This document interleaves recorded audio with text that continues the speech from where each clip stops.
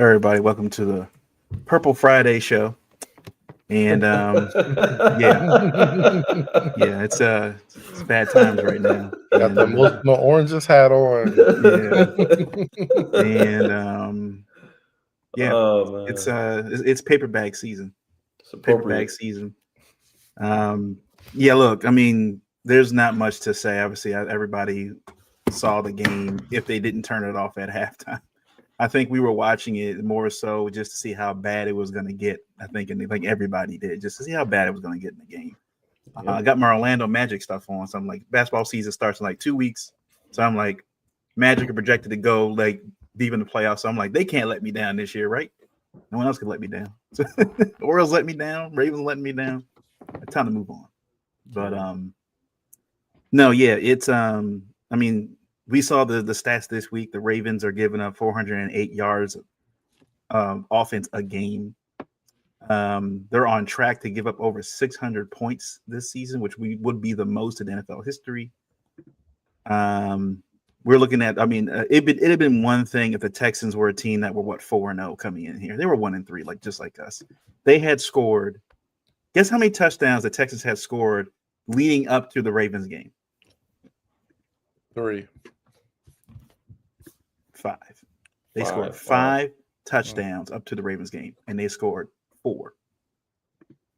Well, I'm sorry. I think they scored 4 or 6. They scored 40-something points, 48, whatever points. They put up more touchdowns against the Ravens than they did the entire group of the first season so far. The Texans couldn't put up points against anybody coming into this game. It wasn't like they were coming in like they were a hot team. The Titans game before that, it was 6-0 at halftime against the Titans. Like they couldn't score against Tennessee. And in my opinion, the Titans are the worst team in football. And the Ravens have now, it feels like week in and week out. I don't care what the odds makers are saying. I still like they still picking the Ravens to win the AFC North. I don't know why. Harbaugh coming out defending Zach Orr, continuing to defend Zach Orr. It appears there's going to be no change there at all. They move on from Odafe Owe and get the guy that used to play with Kyle Hamilton at Notre Dame. So maybe that helps. I don't know. They still need edge rushers. That's not the issue. The issue wasn't safeties. It was we need rush help. And they still haven't addressed that. So yeah, it's just an embarrassing. And I think the clip that, before I turn over to you guys, the clip that just stays with me is watching Harbaugh leave the field at the end of that game against the Texans and the fans like actively booing him. They're like, "Boo Harbaugh, boo, you suck." They were like, you could see Harbaugh's face. He wanted to react. He wanted to. I know he wanted to, and he kind of kept it together, or he wanted to cry. I don't know which one happened, but I think for the first time, fans have now seen, all right, dog, Josh Allen, the Bills are doing their thing. The league or the Jags beat the Kansas City Chiefs. Kansas City Chiefs aren't well. This is the time. This is the time to get this done, and we're falling by the wayside. And it just comes down to, I think, Harbaugh's mindset. And Travis, I think you could tell about this a little bit more. That I think it was the video you put into the chat with Ed Reed when he was talking to, I can't remember who he was talking to. Oh yeah. About that. So, but yeah, I mean, it's just embarrassing. As you can see, I'm emotional right now. So, I mean, it's yeah. Go ahead, guys. You should be emotional, man. We all emotional. Obviously, more so on the angry side, more so on the frustrated side, more so just not understanding why common sense just isn't being used in this coaching room for whatever reason.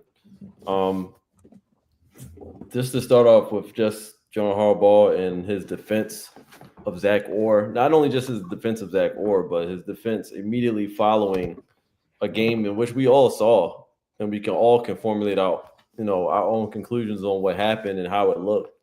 But the fact that you're just willing to stand on that hill and just defend a coordinator that obviously you put in that seat, as if we didn't just watch one of the biggest Ravens catastrophes on defense of almost all time. I mean, yes, we've had bad games before. We've had games where we've been cooked. We played the Bengals a couple times, and Jamar Chase cooked us for 200-some yards. Like that, stuff like that has happened. But we're able to pinpoint one particular area of why it's happened, or one particular position group, or one particular player. We looked awful from top to bottom in this game. Offense, defense, every position just pretty much looked bad on that defensive side of the ball. And for him to just come out and outright defend him is just complete, like, just negligence at this point. So, and I get it. I mean, you hired the guy, you want to see him succeed, you want to see him win. John is a coach that we've known to be loyal to a fault in a lot of cases. I mean, i.e. Zach Orr, i.e. Falele, i.e. a couple other guys that he just gives opportunity after opportunity for whatever reason, just because he likes the guy and he has a good family, and stuff that's irrelevant when it comes to the grand scheme of what we're here for. We're here to win games. We're here to compete for a championship. And for some reason, John's my way or the highway approach, and not leading into the resources that he has. Guys that are in the building that could probably be of service, i.e. we know Ozzie isn't, even with EDC, we know Ozzie isn't, he's not the manager anymore, general manager anymore, but he's still in the building. Pagano, Chuck Pagano's in the building. For what? For what? If he's not going to contribute, what is he there for? If they're not going to use his expertise to kind of fix some of the stuff that we got going on. So many layers to this. But all I'll say is that I'm just tired of looking at the product that they're putting on the field. Guys are not taking really accountability for any of it.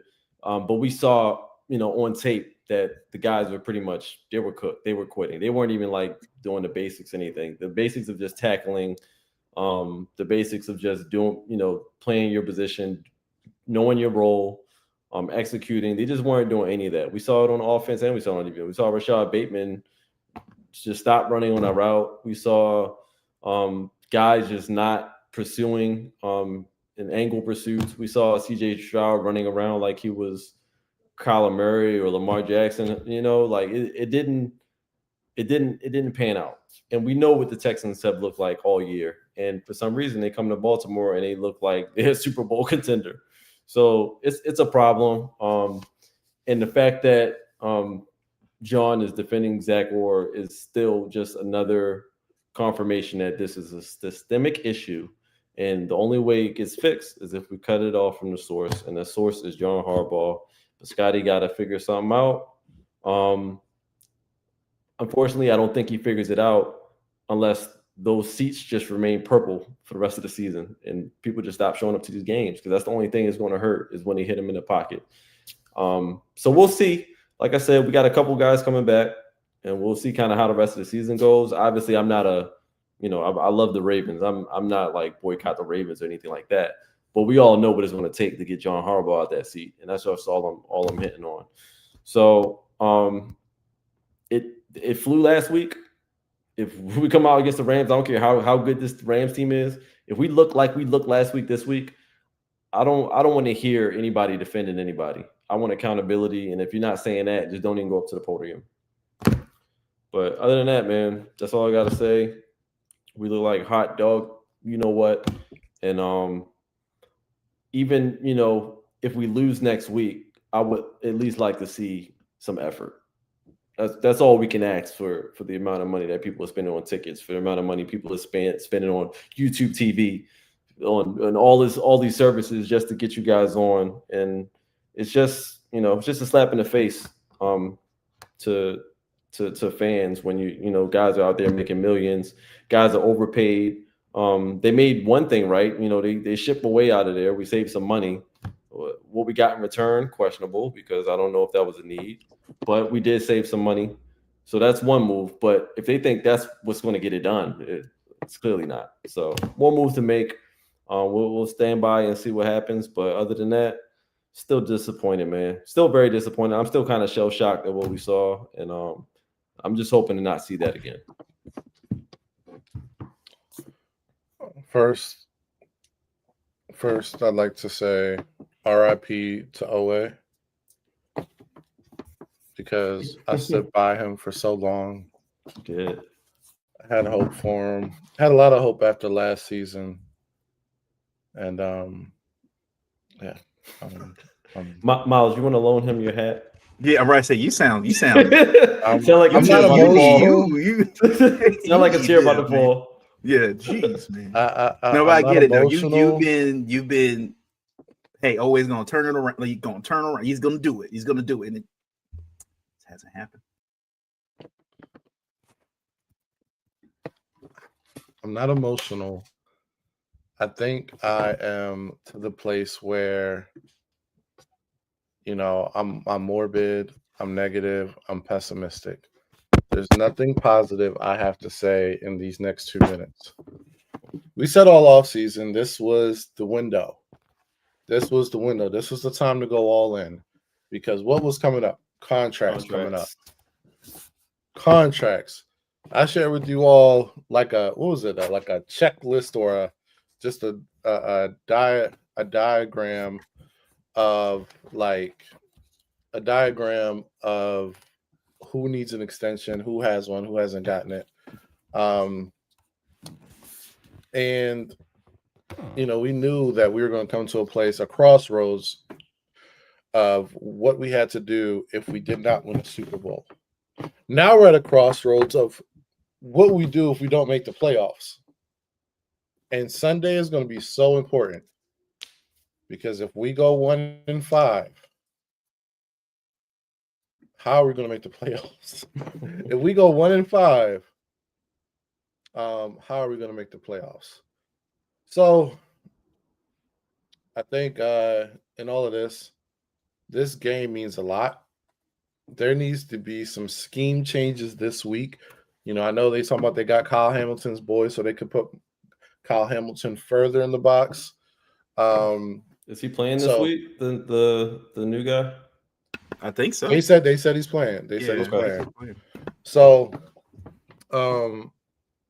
it's just a lot of stuff that needs to change.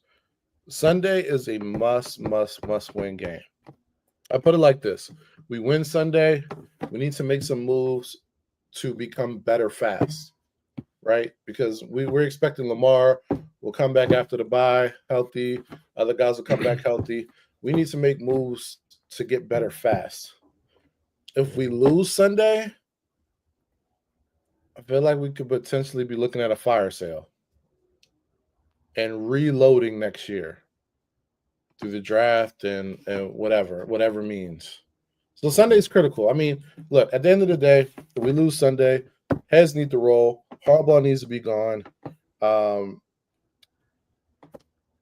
needs to be gone. Orr needs to be gone. Like, it's going to look like a new regime. So Sunday is so critical. If we win, we have hope, and we need to accelerate our improvement fast. If we lose, if we lose, this iteration of the Ravens is dead. Just keeping it pretty frank. I don't have any prescriptive advice on what we need to do because I honestly just don't know what we have anymore. We came to the season, I was like, Oweh has a chance to break through. 0 sacks. He's out of here. Travis Jones is going to step up this year. Where has he been? Marlon coming off all-pro year. Who is this man? So, it's a little frustrating. As a fan, I don't know if I've been so disappointed in a season. We've had losing seasons before, but we kind of expected it. We were a Super Bowl or bust this year, and we're 1-4. So as a fan, this has to be one of the most disappointing seasons ever. So, I mean, all I can really say is I hope we do not lose by 30 or give up another 40 burger this week. And that's the best I can hope for right now with Cooper Rush and Ty Huntley at quarterback. Well, Pookey Nakua coming to town. And to put it in perspective, the Jaguars are 4-1. Let that sink in.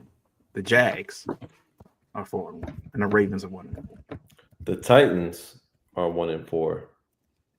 The You are what your record. Panthers What did they say? Your record are is like 1-4. you are what your record is, right? No matter how you try to sugarcoat it, no matter how you try to put makeup on it or whatever, like your record says what you are. You're 1-4. It'd be one thing if it was like last year where it was the coverage issues, right? The main thing they had the problem was last year was the deep plays. It was all busted coverage stuff. Once they figured that out, the Ravens defense got fixed. This year, it's not even that. Teams are starting at their own 25-yard line and going 80 yards down the field, 90 yards down the field. Like, I don't think the Texans punted once last Sunday. I think they scored on every drive that they had, either a field goal or a touchdown. They punted at the end of the game. At the end, So okay. I think Deontay Wester was out there. When the backups were in there, right? When they were taking CJ Stroud out of the game. But in a meaningful part of the game, the Ravens can't. They're at the point where they can't stop. They can't stop the run. They can't stop a short pass. They can't stop reverses. They can't stop passes over the middle. They can't stop anything. Nothing.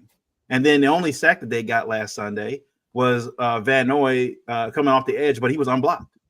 He was just unblocked and just ran a free runner at CJ Stroud. I think all of us watching CJ Stroud turn the corner towards the end zone on that one play I think all of us were just ready to throw something to TV. The with how slow the middle of that defense is. And that's a shame because we have as long as I've been a Ravens fan, as long as we've been Ravens fans, the Ravens have always been known to have the most athletic linebackers in the NFL. They may not be the biggest or whatever. They were definitely sideline to sideline. You weren't getting past this level. Like if you got to that level, you were getting stopped right there. The fact that CJ Stroud, who is nowhere near, he's probably as fast as Pat Mahomes at this point. When I saw Nick Chubb hit the corner like that, I was like, this man had broken his leg twice. And he ran past the Ravens defense. They're slow. They're unenthused. They don't care. I'll mention the video that you guys posted in the chat with Ed Reed. He had an interview talking about when Harbaugh came in 2008. And he said, when Ray Suggs and, him were kind of running the defense, running the team, kind of created the culture, the mantra, whatever you want to call it. And then Harbaugh comes in and says, F you, F y'all, if y'all don't follow my, brand of football. And, we saw that, after the Super Bowl, when they got rid of Bolden, they got rid of Pollard, Reed leaves, right? Ray Lewis retires. And I think a year later, Suggs leaves. We saw then, I think Mike Preston at the Sun mentioned this too. Harbaugh was intent on creating his brand of football in Baltimore. It took a couple years to get those guys out of the system, but over the last 18 years, he's been building his Ravens team. And again, I think people forget, after the Super Bowl in 2012, the Ravens, I think we went to the playoffs once after that in 2014. But for the years up until 2018, we hadn't made the playoffs. We were like 5-11, 8-9. Like we had bad records. Harbaugh was gonna get fired if the Ravens if Ozzie Newsome doesn't trade back up into the first round and get Lamar Jackson, Harbaugh's probably not here. And then he puts Lamar Jackson in and he saves his job for the next 10 years. And he's literally Harbaugh's entire coaching career has been riding the coattails of Hall of Fame players with Ed Reed and Suggs and Ray Lewis here. Letting them lead the team in that 2012 year, whatever, and then getting rid of them, team falling apart. And then you luck up and you get Lamar Jackson, 2-time MVP, should have been 3-time MVP. And we saw on the last 2 games now, when Lamar Jackson is not playing for this team, Lamar covers up so much stuff with this team. Yep. I cannot watch another video for Lele just looking around the field, just confused. Every single play for Lele has nobody to block. I'm like, who's your assignment, man? Why do you have nobody to block? Likely's out here false starting. Zay Flowers is out here false starting. Rashad Bateman not running down full speed to catch footballs. Like it does feel like to me I don't know what was said with either Lamar or whoever, to other teammates. It felt like to me when Lamar is frustrated, I think the rest of the team gets frustrated too. And it shows. I think they follow Lamar, and if Lamar is with it, then they're with it. But if Lamar's not with it, because you can clearly see they're not with it. I have never seen a Ravens team, especially during the Ray Lewis, Ed Reed, and Suggs days. Like you guys said, we've had defenses where they may have like the 31st worst pass defense, but guess what? They had a top 5 rush defense. They stopped something. They at least made teams one-dimensional, and maybe we got lucky and got some takeaways and turnovers to change the game around, but they never were this bad on all facets, especially on the defense side of the ball. And to constantly stick at this point with Zach Orr is, I would think, a fireable offense. I think it's fireable. But with the buddy thing they got going on with Steve and EDC and Harbaugh, I said it for years. I didn't like it. It's too buddy. It's too, I don't know. It's at the end of the day, you guys have jobs to do. And EDC's not helping himself because, again, we're seeing all these rookie picks, right? The 11 picks the Ravens had in this draft. They had 11 picks in this past draft. Did anybody show up on Sunday? You had all these people starting on defense. Did anybody show up on Sunday? And look, that's to be expected. These guys are rookies and undrafted guys. You expect that. But for that to be your next level, for you not to be prepared and not have veteran backups or guys that are ready to step in when they need to spell other players when they get hurt or something happens, you're put Teddy Buchanan getting the green dot. He's an undrafted rookie. Why is he getting the green dot? Malachi starts calling out coverages for the secondary. Where's Marlon at? You have the wrong guys in the wrong spots. Everybody's in the wrong position. And then we saw, what was it this week, that Trenton Simpson, when they put him in outside linebacker, he was a totally different player. They took him out of the middle linebacking area, put him outside linebacker as a rusher, had the highest rush percentage for the team. I'm gonna be pissed if they play the Rams this Sunday, he's an outside linebacker, and he goes out there and is a monster. I'm like, how long have we had him? 3 years, and this is the first time you decided to put him there.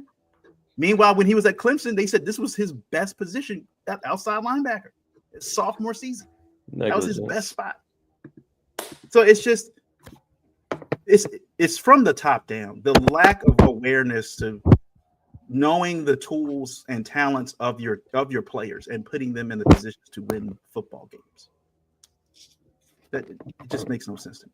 And how the Ravens, as creative as Monken has been over the last few years, and this is nitpicking here, but as creative as Monken has been over the last few years, the fact that they haven't been able to utilize a two back formation at all, like you got Justice Hill, you got Keaton Mitchell, you got Derrick Henry, Ricard when he's healthy. The fact that they've never utilized any of that with those guys is a crime.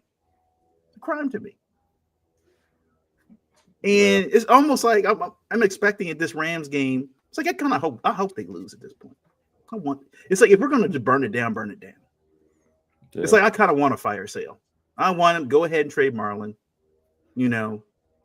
Go ahead and trade some other guys. Whatever. Give trade Roquan if need be. Like, just start over. Go get some picks. Go get some cap space that you need, because they're going to need some money next year. I think Lamar's cap hit is what, $40+ million next season. Until they got to get that done. They got to restructure before they do anything. But knowing the Ravens, what we've seen the last few years, the Ravens wait till the last minute to get that contract done, and then they miss the entire free agency window and can't sign anybody. Well, you better not play that with Lamar now, because he'll get asked for a trade. You got to make sure you want to stay. So they got a lot of decisions to make. Like it's like 2-4 sounds a lot better than 1-5. And with the schedule coming up, the Steelers, the Bengals. It's sad that the Ravens still have holiday games coming up. I'm not looking forward to that at all. They got holiday games coming up. I'm not looking forward to that. What were we playing on Thanksgiving or? Yeah, I think we play the Bengals. We play the Bengals on Thanksgiving. Oh, okay. They might flex that out now. It's early enough. Can they flex it up now? I don't know if I want to watch that. Yeah, I think they probably contracted because that's probably going to be on like Netflix. Yeah, probably Netflix or Prime or something. Sorry about that.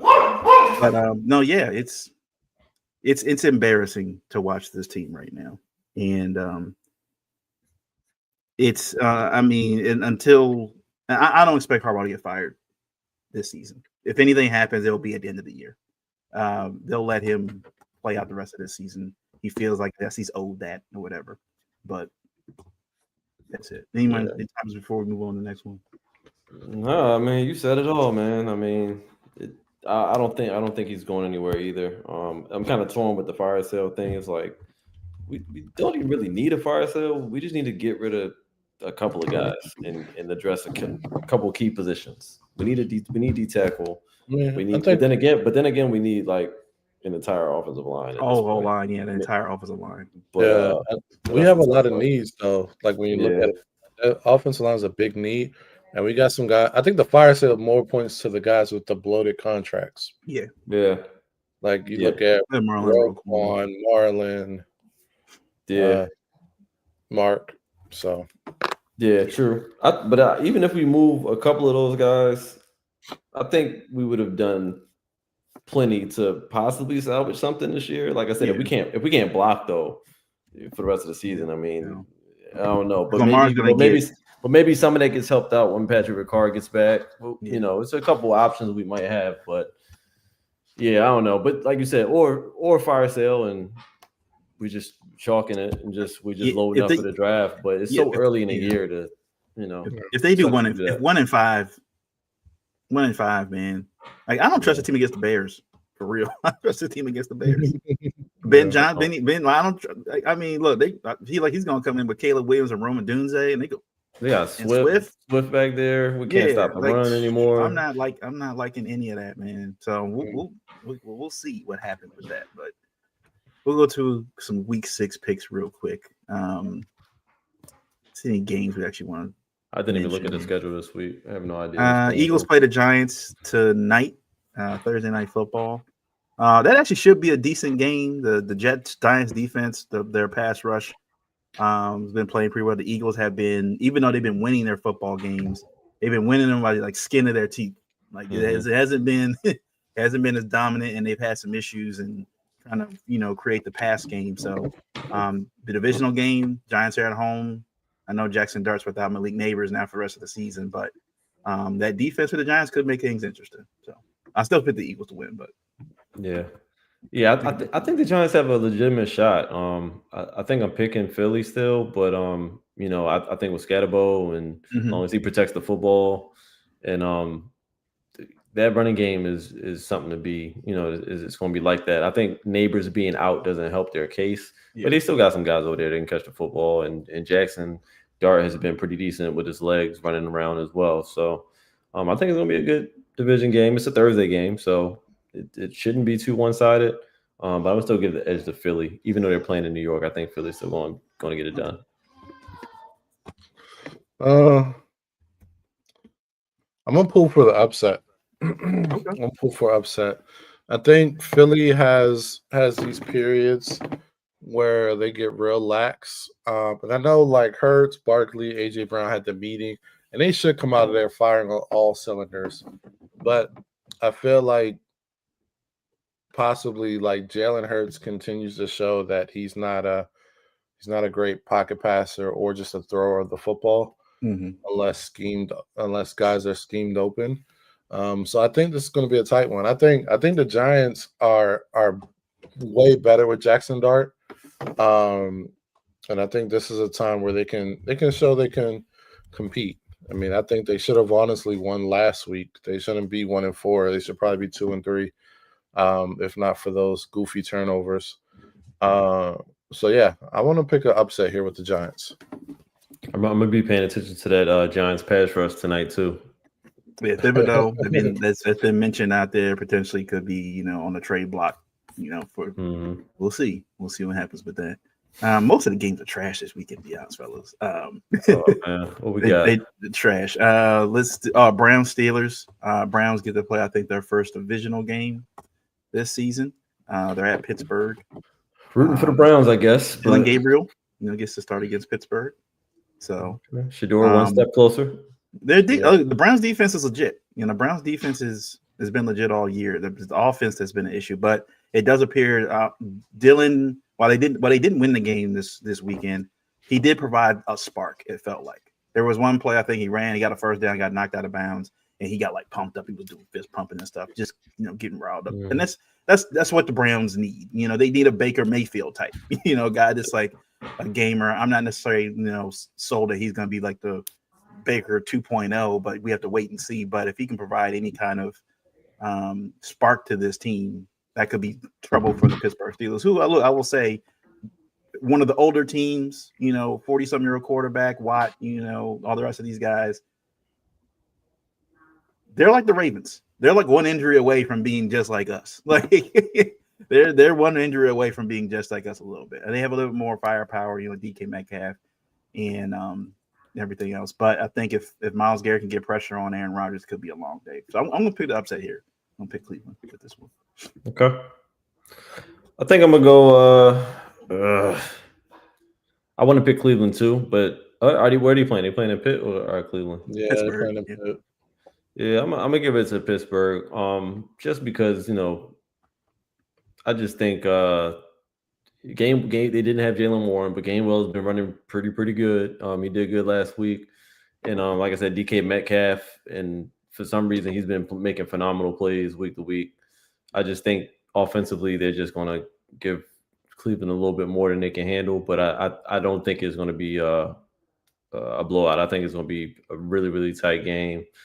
But I think they pull it off and win. I just think the Browns, they'll probably have Judkins going for them, but not too much else. I think it took like most of the game. I don't even think they had a reception by a wide receiver last week, even though they played really good. I think maybe a couple. I think Jerry Jeudy might have had a couple, but it was like late in the game. All the passes either went to Njoku or running backs or whatever, but. Yeah, I just think that Pittsburgh gets this one done. And plus the Ravens, we need Pittsburgh to lose as many games as possible. And I just think every time we need that, they just win. So I think they're going to get this one. All right. Go ahead, Trey. I was going to say my heart says the Browns, but we already know what's about to happen, man. Dylan Gabriel may be the best fit at QB, but the Steelers about to light that boy up. Pause. If that's a pause, I don't know. But y'all they caught me with one of them already. So, throw it out there, but yeah, Steelers. Okay. Which could be one of the games of the week. 49ers, Buccaneers, 425.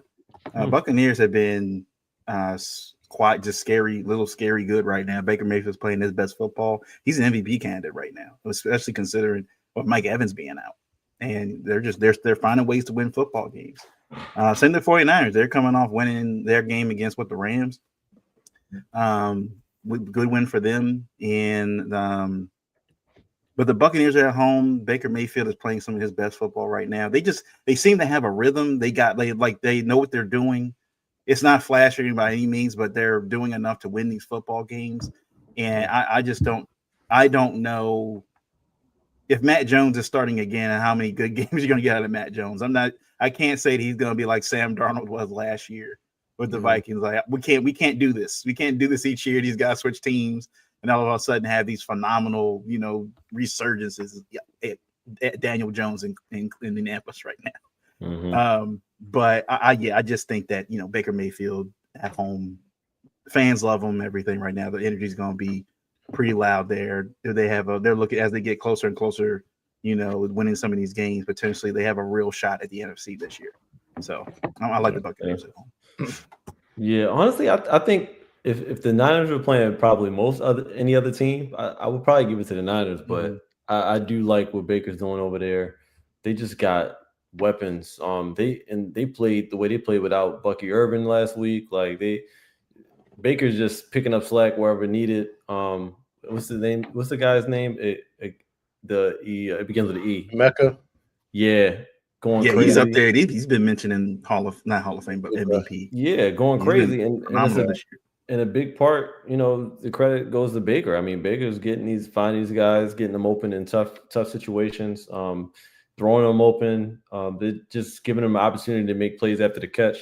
And and their running game is still pretty solid, whether Bucky's there or not. I mean, he still have a ton of options back there. So, I like the Bucs in this one. I do like the 49ers. Trust me, I envy what they got going on. The fact that the starting quarterback can go down and other guys. I think George Kittle went down, and they come out and they don't miss a beat. I mean, still won a football game. Mac Jones. I mean, I don't know if Mac Jones is that good, but maybe that's how you can tell that you have a good coach over there. And they figuring it out. They putting them in the best situations to succeed. Something that I wish we could kind of take after in Baltimore when things get a little rough. But I'm gonna take the Bucs. Too much firepower over there, and Baker Mayfield is a baller. He's just an absolute gamer, and he's been doing it for like 3 or 4 years now. Quietly with the Bucs, not quietly, but their next step is just to take it further to playoffs. Honestly, but they've been looking good. 10 touchdowns, 1 interception. Yeah, it's gonna be It's time to start talking about Baker Mayfield for MVP. Mm-hmm. I think the Bucs take this one. Emeka Pookey. Mm-hmm. That boy's a baller. 20 yards of reception. He's 4th in the league in receiving yards. They're scary. Bucs. It's crazy how he's playing better than Marvin Harrison Jr. is right now. But Marvin Harrison Jr. had probably had a lot more hype coming out of college than he did. Hey, Marvin Harrison Jr. coming back. He's had 2 great games in a row. He did. Coming off a horrible game, and then he started. I think he need to be bullied. He got bullied into fulfilling his potential. Mm-hmm. Lions Chiefs Sunday Night Football. They're in Kansas City. Look, the way the Chiefs are playing right now, especially with how the Jags won that game, with the Trevor Lawrence fell twice. Trevor Lawrence fell twice in the backfield and still was able to scramble in to the end zone and get the touchdown. That was awesome. With Chris Jones just standing there. I've been seeing the memes and stuff online with Chris Jones is still standing there in the stadium waiting for somebody to tackle Travis Lawrence. But he's been apparently egregious. Like, this is not the first time this season he's eased up on certain plays or made the wrong commitment in these defensive plays. So there's something. It's tough for teams to continuously get to the Super Bowl or get to the AFC Championship game every year, and they always talk about with these teams, how do you continue that the fire or the fuel you need to do this every year, even though you get there every year? Like, how do you continue to? It's not as easy as people think it is to just keep getting to the championship every year. You win, you're in the Super Bowl every year, but it's almost like it creeps in your mind the expectation. We'll be fine, we'll be good. But the Lions with Jahmyr Gibbs and David Montgomery and now Amon-Ra St. Brown, I think is questionable right now. But I expect him to play. But they're playing. It's in Kansas City. It's on Sunday Night Football. I'm not going to say this is not going to be a high scoring game. This is one of those gutted out games where I think the Chiefs could win by like 23-22, something crazy like that, where they just like a Pat Mahomes last second drive and they kick a field goal or someone win the football game. Like, it's going to be one of those gritty type games, I think. But if the Lions can air it out, run the ball with Gibbs and Montgomery, it could be a long day. So it's really going to depend on, I think, that first quarter. But at home, I'll say the Chiefs at Arrowhead. Yeah, I got Detroit. I don't care if they playing at Arrowhead, Spearhead, whatever. I got Detroit. Lions. Yeah, Lakers in 5. I got Detroit, man. I think they kind of they got a rhythm going at this point. I think ever since even that Ravens game when they beat us, put up 38 points.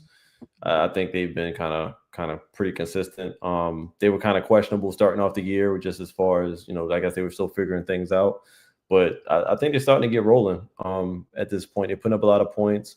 They got their playmakers are making plays. Amon-Ra St. Brown is starting to catch fire now. Laporta is starting to catch fire now. Goff is pretty consistent, and Jahmyr Gibbs and David Montgomery back to their old tricks. So I just think it's a little too much firepower. That Chiefs defense doesn't scare me like it used to. They've been looking decent, but guys have been able to put up points on them. You saw what happened in the Jags game. They didn't really have trouble driving the football at all. So I'm gonna go with the Lions. I just think they're a better football team. Whether they're playing, in Arrowhead or somewhere on Mars, I think Detroit's gonna win that game. Look, Kansas City ain't playing against Zach Orr, so I got the Lions on this one. Yeah. I think the Lions defense is they're playing pretty solid. The offense is clicking. Rashid Rice ain't walking through that door, so I think I just don't think they have enough. Xavier Worthy, he's shown flashes, but he's not a receiver you can count on to make that play, that catch. So yeah, I'm gonna have to go with the Lions here. All right, and the last one, Monday Night Football, Commanders and Bears, should be good game. I think Terry's still out. For one of the Commanders games I have watched, they've been struggling on offense to get down the field.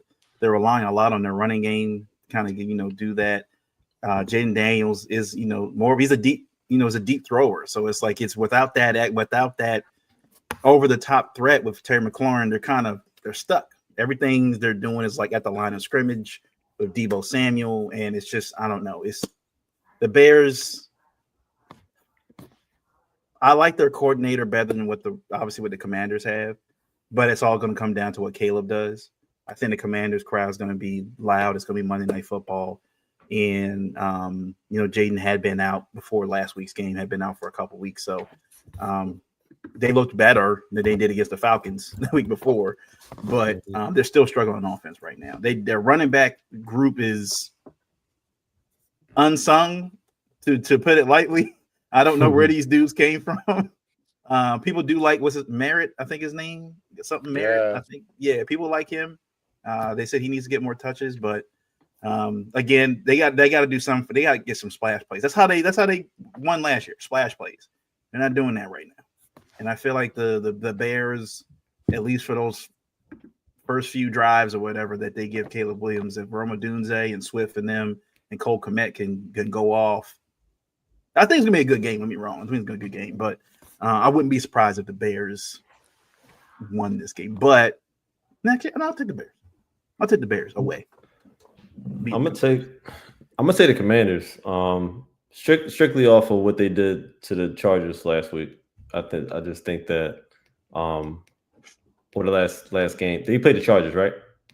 Yeah. They held the Chargers to 10 points. I mean, I think that enough to me tells me that I think defensively at least they're going to be able to hang with the Bears. I don't think the Bears are going to offer anything that's going to be more of a challenge than what they had last week with the Chargers, and that was the Chargers with Amarion, with the running back still healthy. He's on IR now, but I think their defense is going to be solid enough, and I'm picking Jaden Daniels over Caleb Williams, anytime, no matter who he's throwing the ball to. I think he's going to do enough passing and running the ball to get it done. So I'm going to go with the Commanders in this one at home.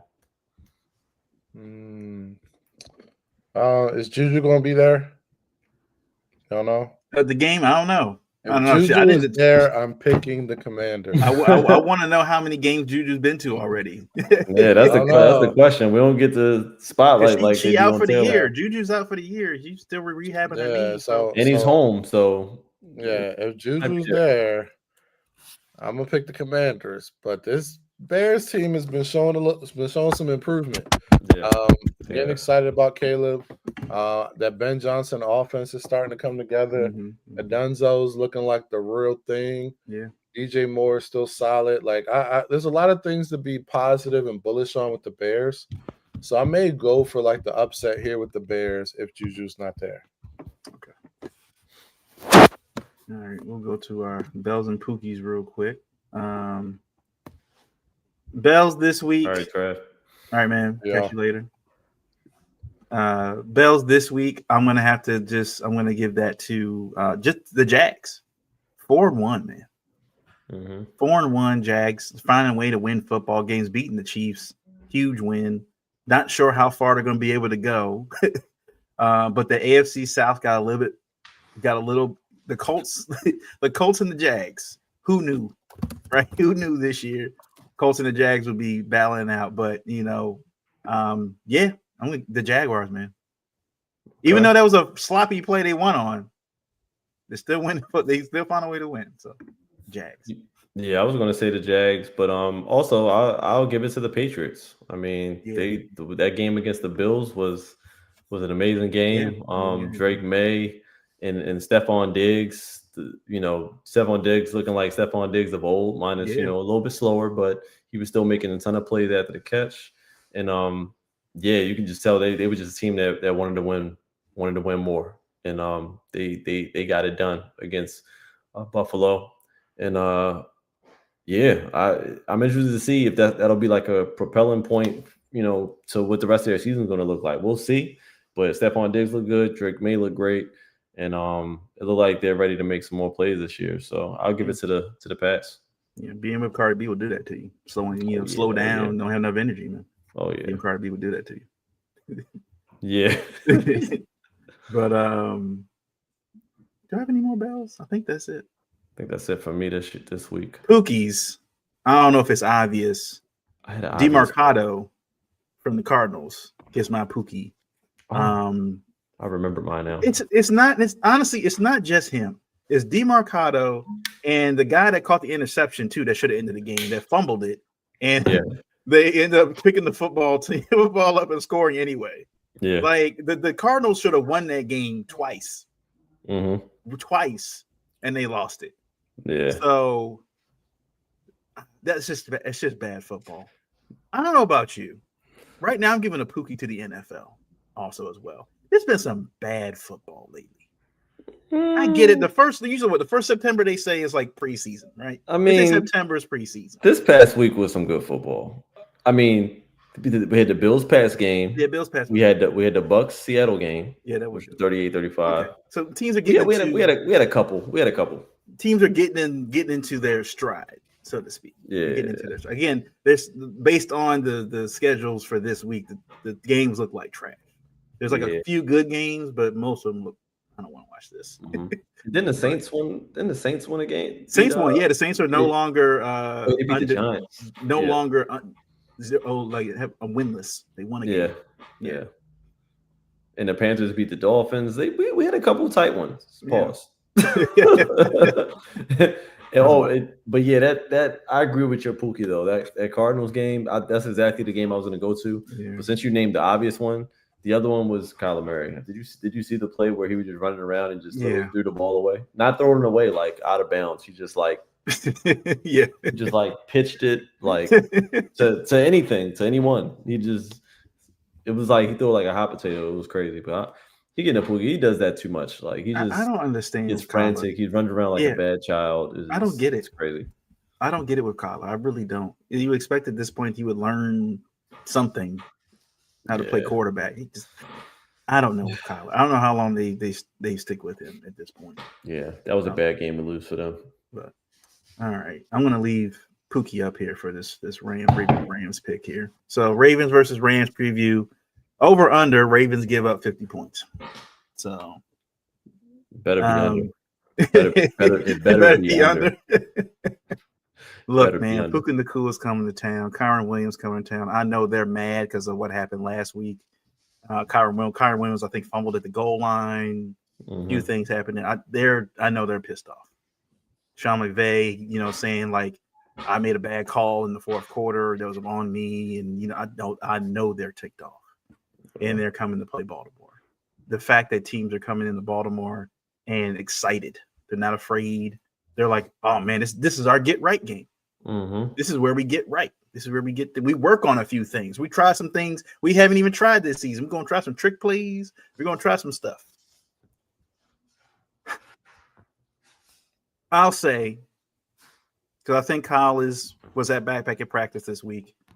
Lamar again is not practicing. I said that this last week. I don't think Lamar's playing until after the bye at this point. I'll ask you this real quick. Do you think Tyler gets to start instead of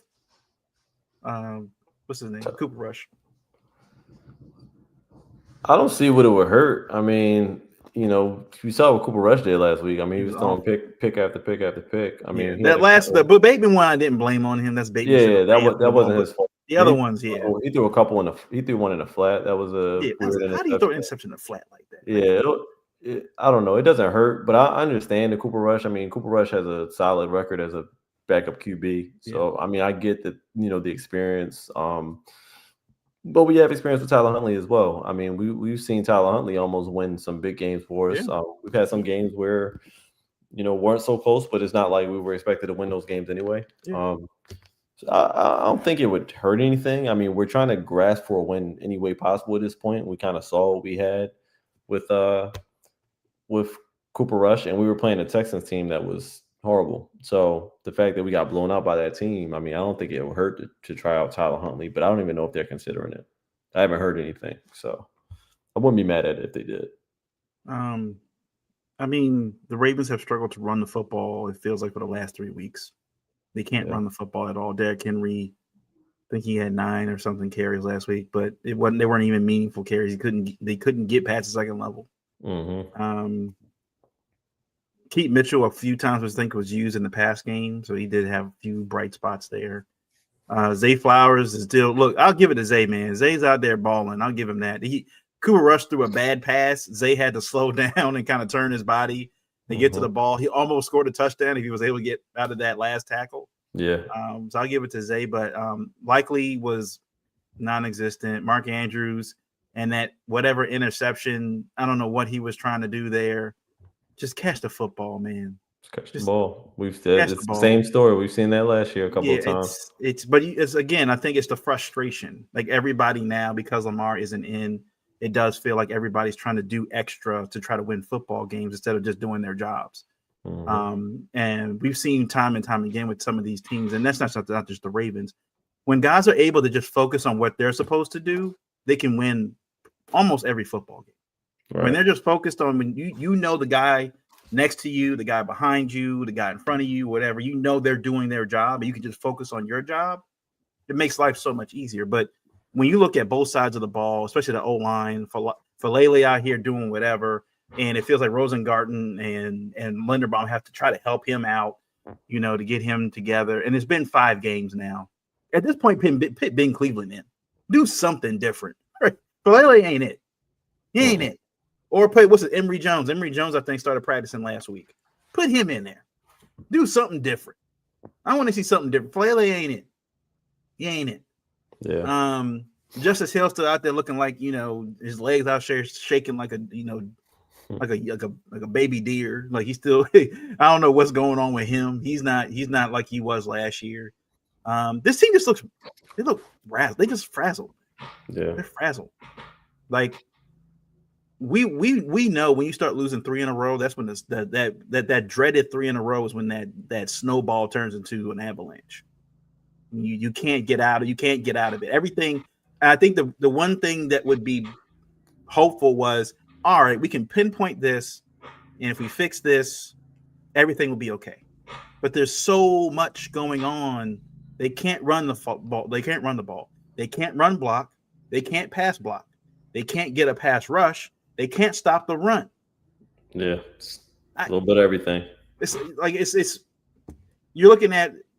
There's no help. There's no prime Ed Reed coming back. No prime Ray Lewis coming back to save this team. It appears that Chuck Pagano, from what I've heard, has not been involved really with play calling. They said Harbaugh's been more involved with play calling, which would explain a lot. If Harbaugh's involved with play calling on defense, because it looks like it. They're playing guys out of position. I think you guys mentioned in the chat that they're going to try to probably play Kyle Hamilton at linebacker. More so, I guess. We'll see this week. I don't know. Maybe you got to try something, right? You got to do something. You got to do something different. But with Puka Nacua coming to town, Kyron Williams, Tutu Atwell, Matthew Stafford is playing phenomenal football right now.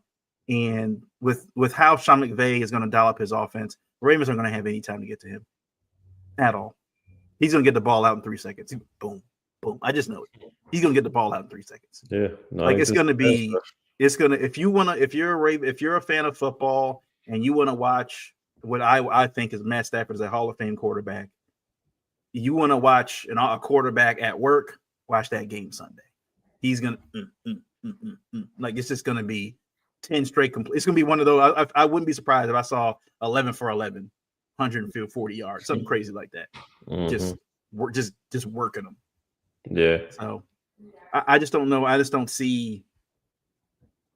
I just don't see the help. I don't know where that's coming from. I didn't see anything from anyone this week that would tell me another week of practice is going to get this team to another level. And I'm tired of Harbaugh saying, especially what he said the week before, when he was like, "We're real close. The defense is real close." I don't know what the hell he's watching. What is he? How do you real close to what? I don't know. We're just a play away. No, you're not. You're giving up touchdowns. You're giving up points every drive. This Ravens defense is giving up points almost every single drive to every team they played. For the last Ravens defense have given up more points already than the entire 2000 Ravens defense. The fact that they're on track for over 600 points will be the most in NFL history. I pray that this team does not set that record. And we thought the Bengals defense was bad last year. Right. We thought the Bengals defense was that bad. No, we're worse. I'm dreading Joe Flacco and Jamar Chase coming to Baltimore for that game, and T. Higgins. Yeah, that was horrible. Joe Flacco's just going to throw it deep. Joe Flacco's like, every play is going to be a 50-yard bomb. Mm-hmm. It's going to be a completion or pass interference. Yeah, but for this game, look, Sean McVay, this is what Harbaugh does, right? You know, Harbaugh, when he goes against better coaches, it shows. When he goes against better coaches, it shows. Sean McVay is a good coach. And coming off a game that they know they probably should have won against a 49ers team that was hobbled and, you know, had their stars out, they're going to be pissed off. They need a get-right game. They cook, man. They're 1-5. I'm about to say, do we even need to predict this one or? It's 1-5. That's why I said over under give up 50 because I think they're going to lose. It's just a matter of how many points. They're putting up at least 38 on us. I'll say at least. It'll probably be worse, but I don't even know if Matt Stafford will be around long enough to continue putting points up. So I didn't expect the Texans to put up 40 plus points. I thought they were going to get to like 35 and then it was going to run it out. Nope. They just embarrassed. I'll say 38-10 Rams, man. That's all I got. I'm going to say Rams. And that's being nice. 45-17 Rams. Okay. Matthew Stafford 5 touchdowns. Damn. Sad day in Baltimore, man. Sad day. It's even worse that all these games have been home. Like that's the bad part. It's even worse. Have we won a home game this year? The Browns game? The Browns, I can't remember where we played them, but yeah, that's the only game we've won. The Ravens schedule. That's what I'm trying to think. We won a home game this year. We won. All right, so we lost to the Bills. That was a home game. We lost to the Lions. We're 1-2 at home so far. We're 1-2 at home. About to be 1-3. And you know, for years, the one thing I remember Ray Lewis said this where we had that. Ray Lewis said, "You win all the win your home games, and you split on the road. That's the formula to get to the playoffs. Yeah. Win all your home games, you split on the road." Ravens are 1-2 at home right now. 1-2. About to be 1-3. Like the Ravens, M&T Bank Stadium, all that stuff. I'm interested to see how many fans even show up for this game. Because I think everybody's expectations Lamar's not playing. I'm interested to see how many fans even show up for this game. And because it's, you know, Rams fans, it's from LA, I don't even know if they're going to travel all the way over here to watch this game in Baltimore. It could be real empty in there. Well, the tickets probably going to be cheap, so yeah. I mean, this is the game to go to. You want to go to a game this season, real cheap, under $100. No Lamar, the week to do it. Yeah. So that's it. That's all I got. I mean, until we get to the bye week, and you know, because they'll be right there at the trade deadline. It'll be like a week. It was week 9, I think, is the trade deadline.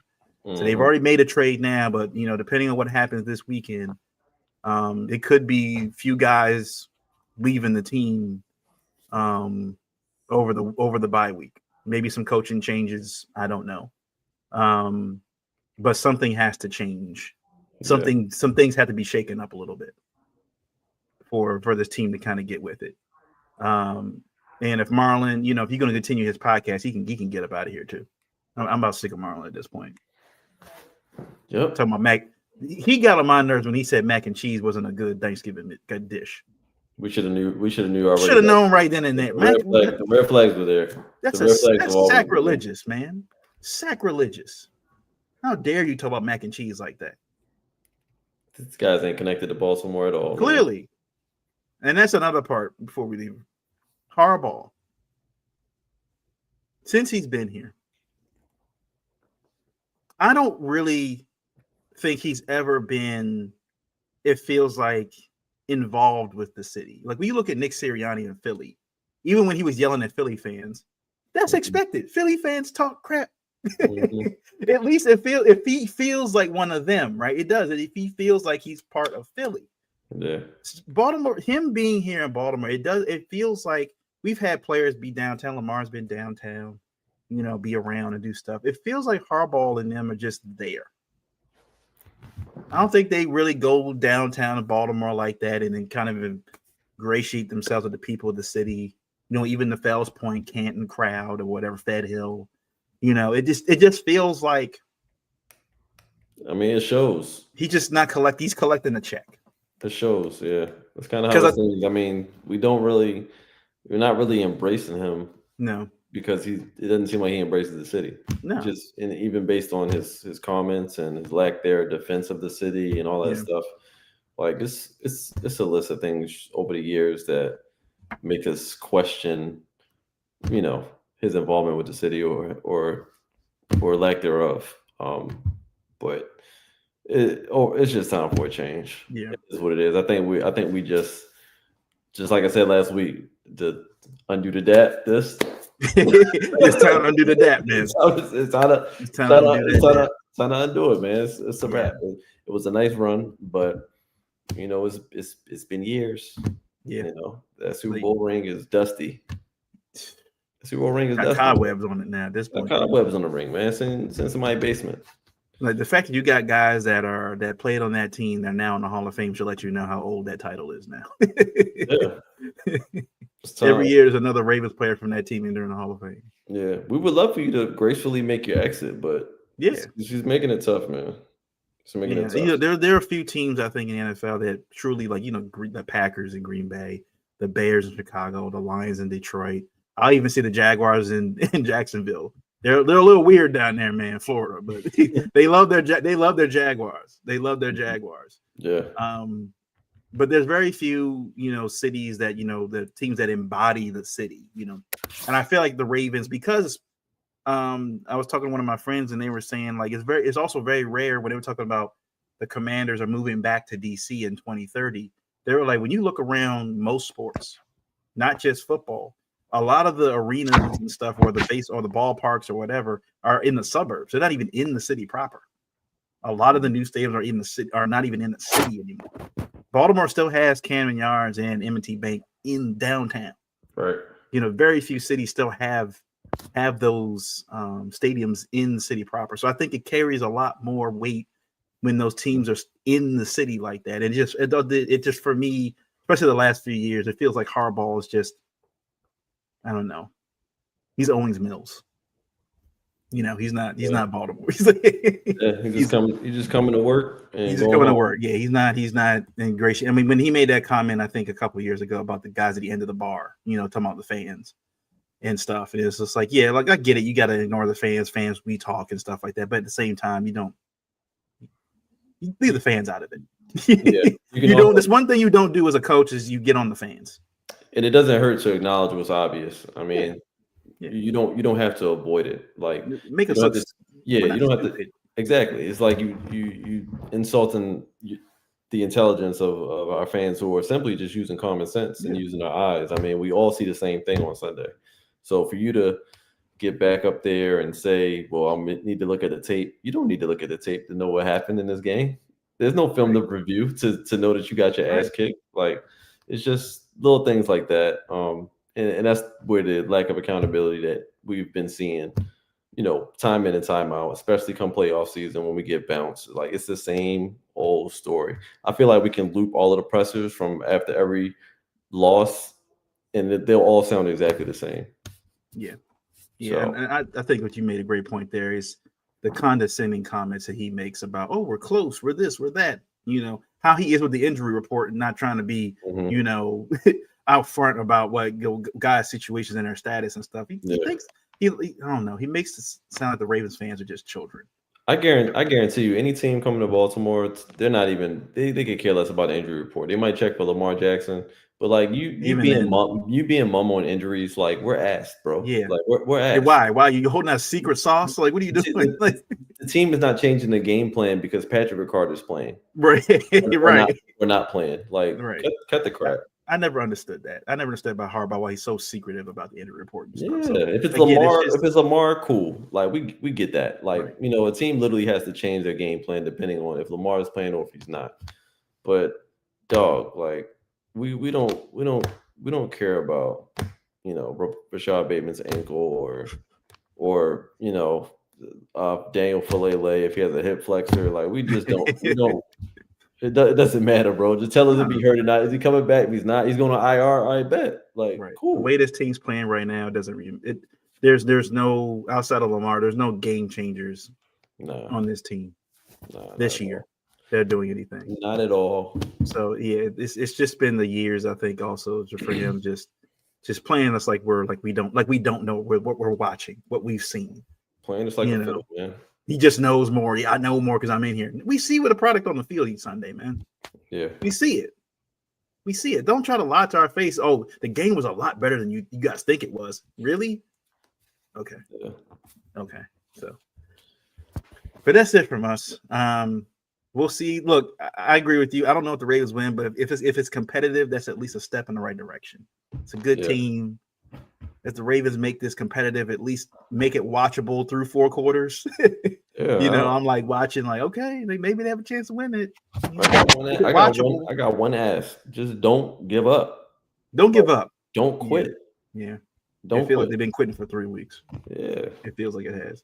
Make it look watchable, man. Please. Yeah. But that's it from us.